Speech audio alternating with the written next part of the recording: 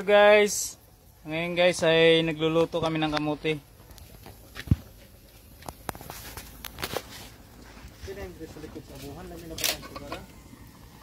Ayun o, kamuti na dilaw, sarap yan. Dito sa probinsya guys, maraming kamuti, pero ang pagkakaalam ko mas marami ang kamuti sa Manila. Lalo na doon sa Marilake, maraming kamuti doon.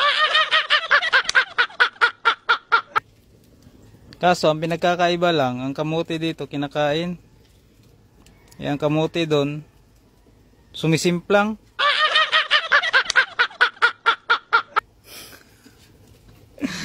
Gets nyo na siguro yun, kayo nang bahala musga.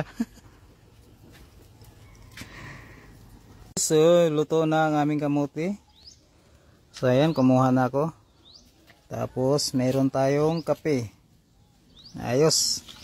Ayos ang merienda. Ay guys, merienda tayo.